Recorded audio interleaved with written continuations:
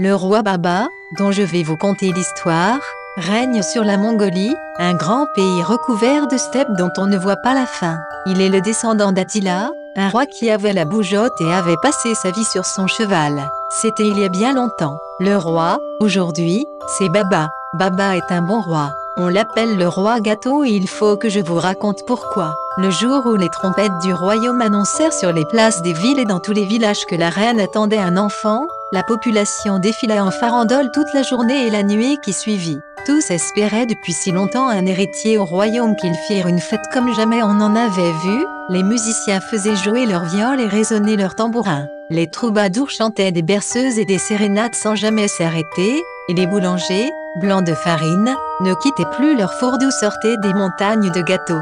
Cela convenait parfaitement à Gourmandine, la fée du royaume, une jeune fée un peu étourdie qui venait tout juste d'avoir son diplôme de fée, et ne rêvait que de gâteaux. Elle y pensait tellement que, sans le vouloir, un soir où elle tenait compagnie à la reine qui tricotait des chaussettes, des cache-nez et des bonnets de toutes les couleurs devant la grande cheminée, elle lui avait jeté un sort.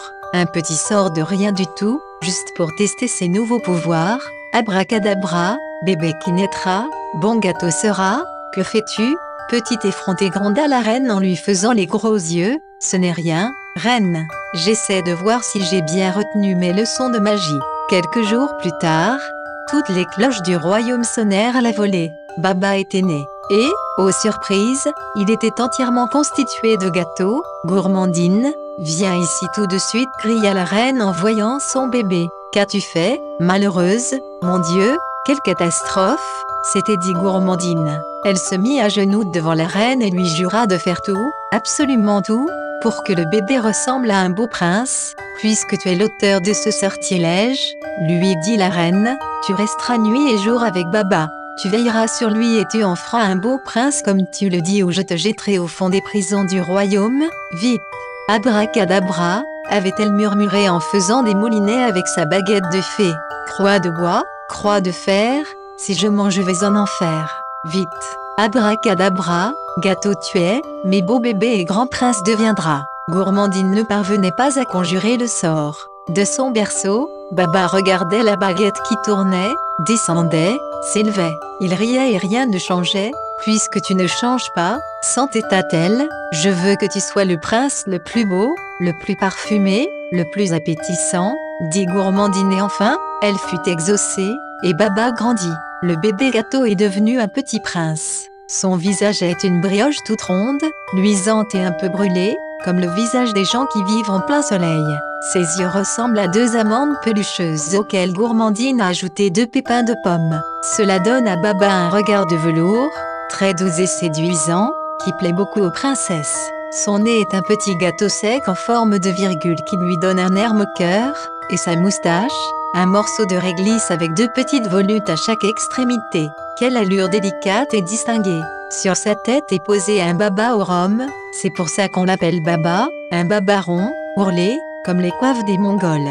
Et quand les gouttes de rhum coulent sur son visage et dégoulinent jusqu'à ses lèvres, Slurpee les aspire et on voit alors s'allumer dans ses yeux comme de petites bougies. Alors ses yeux rient, et il danse. Le corps de Baba ressemble à celui d'une abeille. Il est fait de tartelettes à la crème. Un anneau de tarte, puis un anneau de crème et encore un anneau de tarte et encore un anneau de crème. Ses jambes et ses bras sont en éclairs au chocolat, dont le glaçage luisant évoque une armure protectrice. Gourmandine a eu beaucoup de mal à sculpter ses doigts dans la pâte d'amande, mais enfin, il ressemble à peu près à de vrais doigts, mous et souples et qui peuvent même se plier. Ils tiennent son sceptre, un sucre d'orge torsadé rouge et blanc, dont Baba ne sait souvent que faire. Au pays de Baba, les hivers sont très longs et la neige recouvre les steppes et les yurts pendant plusieurs mois. Tous les sujets du royaume ont des bottes de cuir forées de laine de mouton. Baba aussi, mais les siennes sont en chocolat noir foré aux amandes. Et pour qu'il soit bien au chaud, Baba est recouvert jusqu'à ses pieds d'un grand manteau de crème à la vanille avec en base un grand ourlet de crème chantilly blanc comme la neige. Fidèle à sa promesse, Gourmandine ne quitte jamais son protégé. Baba, lui, est si heureux de son sort que parfois, des larmes de joie coulent de ses yeux, des larmes bleues comme le ciel. qui serpente sur son manteau blanc et dessine des fines broderies si belles et délicates qu'il a été proclamé le prince le plus élégant du royaume. Sa réputation est si grande que toutes les princesses des royaumes alentours, parées de leurs plus belles robes, défilent à la cour, dans l'espoir de le séduire. Mais Baba n'en regarde aucune et quand il les entend murmurer Dieu que ce prince est beau, on le croquerait, il rit. Les années passèrent. Le roi marchait maintenant en s'appuyant sur une canne, il n'arrivait plus à monter les marches pour s'asseoir sur son trône. Et puis il oubliait sa couronne un peu partout. Vous allez vous la faire voler, mon pauvre roi, disait la reine avec tendresse, en tricotant des cache-nez qui n'avaient plus l'air de rien. Elle avait toujours froid, malgré les bûches de plus en plus grosses qu'on mettait dans le feu qui brûlait continuellement dans la cheminée. Ils étaient vieux. Le temps était venu pour eux de prendre leur retraite. Baba, mon fils chéri, l'heure est venue pour toi de me remplacer, dit le roi en essuyant une larme au coin de ses yeux. Tu es maintenant un homme, tu sais comment marche le royaume, tu sais tout de nos terres et de nos gens. Tu es prêt. J'ai demandé à monseigneur l'évêque de te couronner. Au fait, où ai-je mis ta couronne? Baba devenait roi. Gourmandine en était toute tourneboulée. Les gens de la cour, les princes, les princesses allaient s'emparer de lui. La petite fée regardait tristement sa baguette magique. Elle avait comme l'impression que l'étoile qui scintillait à son extrémité s'éteignait doucement. Abracadabra, comme avant tu brilleras, ordonnait-elle à sa baguette, mais rien ne changeait. Abracadabra, répétait Gourmandine en tapant du pied. Obéis immédiatement, brille comme avant. Toujours rien. Avait-elle perdu ses pouvoirs? La petite fée devenait tous les jours un peu plus triste. Ses yeux ne brillaient plus, sa chevelure était toute emmêlée, elle ne poudrait plus ses joues, les perles et paillettes cousues sur ses robes ne scintillaient plus, elle traînait sa baguette comme un vieux balai. Le jour où Baba fut proclamé roi, il donna une grande fête dans les jardins de son palais, qu'il avait métamorphosé pour l'occasion.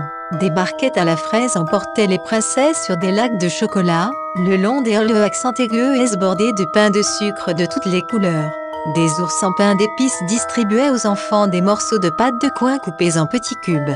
Par les bouches des fontaines coulait du coca, du sirop de menthe, de la grenadine et tout en haut du ciel, la lune, toute poudrée de sucre glace pour l'occasion, souriait au milieu des étoiles. La nuit venue, Baba fit tirer un grand feu d'artifice de paillettes de sucre et de smarties de toutes les couleurs. Alors que le vieux roi et la reine sommeillaient sur une estrade dans des fauteuils de velours, Baba écarta ses courtisans et s'approcha de Gourmandine, toute seule dans un coin. Viens, Gourmandine, nous allons ouvrir le bal. L'orchestre joua le beau Danube bleu. Baba sentait bon le miel, la vanille et le chocolat. Il serrait sa cavalière si fort dans ses bras qu'elle comprit qu'il l'aimait. Et une petite voix venue du fond du ciel lui murmurait « Tu n'es plus fée, Gourmandine, tu vas devenir reine. Tu n'as plus besoin de baguette. » Ils se marièrent et eurent beaucoup de petits princes et princesses, tout coiffés d'un petit Baba. Ils sentaient si bon tous les parfums du monde que le bon Dieu qui passait par là, décida que ce royaume serait le paradis sur la terre. Et pour fêter ce jour, il mit sur sa tête un grand Baba au rhum, il appuya dessus et il dansa.